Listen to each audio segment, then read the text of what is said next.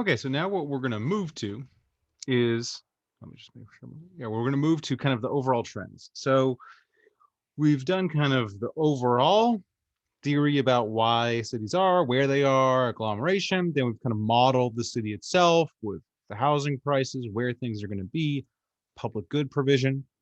Now, for the next three lectures, we're going to look at broad trends in cities, three broad trends in cities over the 20th century into the 21st century.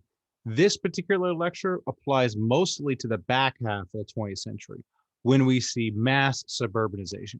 We see this large scale movement from center cities to the outlying areas. Okay, so stereotypically, we all have our picture of the suburbs, kind of very, very similar housing tracks. This is a link to the title sequence from a TV show called Weeds, which kind of just nicely shows the sameness of the suburbs, which is a bit of a stereotype, but also, a bit true. If you're in the suburbs in one area, they can feel a lot like the suburbs in, another city.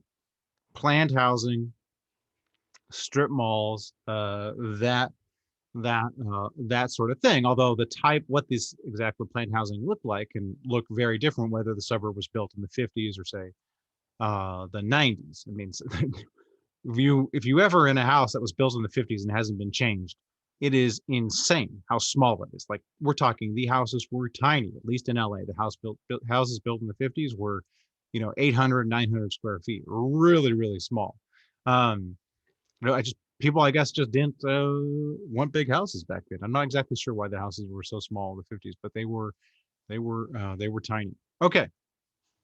And so this is a really, really large trend in the back half of the 20th century. So you can see this is the percentage of people who live and work in the central city. It goes from 45% to 15%. People who are kind of living and working in the suburbs goes from 34% to 62%. So this big bar, this is really a change. People living and working in the center city to living and working in the suburbs. Okay, and then we have a subset of people who are living in the suburbs and commuting to the central city. So it's kind of both things. It's like both a residential move to the suburbs, but also many businesses also moved to the suburbs in the back half of the 20th century. This trend has been a bit reversed over the past the 2 decades. Okay, all right. And of course, this is going to vary. This is going to vary by cities. Some cities are, really, really centralized. Your denser cities are like that. So your percent of jobs within 5 kilometers of the city, essentially the bigger this number, the more the jobs are in the city. Percent of workers living within 5 kilometers of the city. Again, so this is going to be, San Francisco. So you can see San Francisco is really, a bit more centralized than some of these other cities. LA, percentage of jobs, only 9% are near the city, and only 3% of workers live near the city. Okay. And okay, this is the median distance from the city. Okay. All right. And so we have this movement to the suburbs, 1/2 to 1/4. Yes, roughly 1/2 of urban workers living in central cities decreased from 1/2 to 1/4. Okay.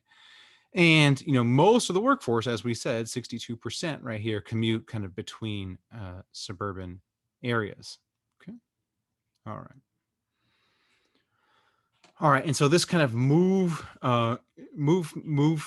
out is, a bit of a worldwide phenomena, although it's a little bit more pronounced in the US. All right. Now, Glazer covers this in the book in the Triumph of the City quite nicely. Part of this is just a product of technology. As we get better transportation technology, people move further and further out. Cities back in the day were very centralized because if we're walking, we want to keep it real dense and real close. As the trolley comes along, then they extend along trolley lines. Actually, it's the horse cart first, then the trolley. As the automobile comes along, we extend it even further. The US tends to be a bit more decentralized and less populated, not because, Americans love their cars or something like that, some sort of cultural reason. A lot of it is just technological based. American cities were built after the automobile. Many of the Western and Southern cities, really gained population after the automobile. Therefore, they're built to accommodate the automobile, whereas your European cities, much older, were built to accommodate walking. So a lot of this is just historical legacies. One of the cities I used to live in, here's Barcelona. So here's the old part of Barcelona, like the Gothic area, or El Gótico and Raval. And so you can kind of see it's haphazard. It's not planned. It's just these are like walking streets. And then, things were built around it. I believe these are the old walls. So it used to be a walled city. These are the old walled area.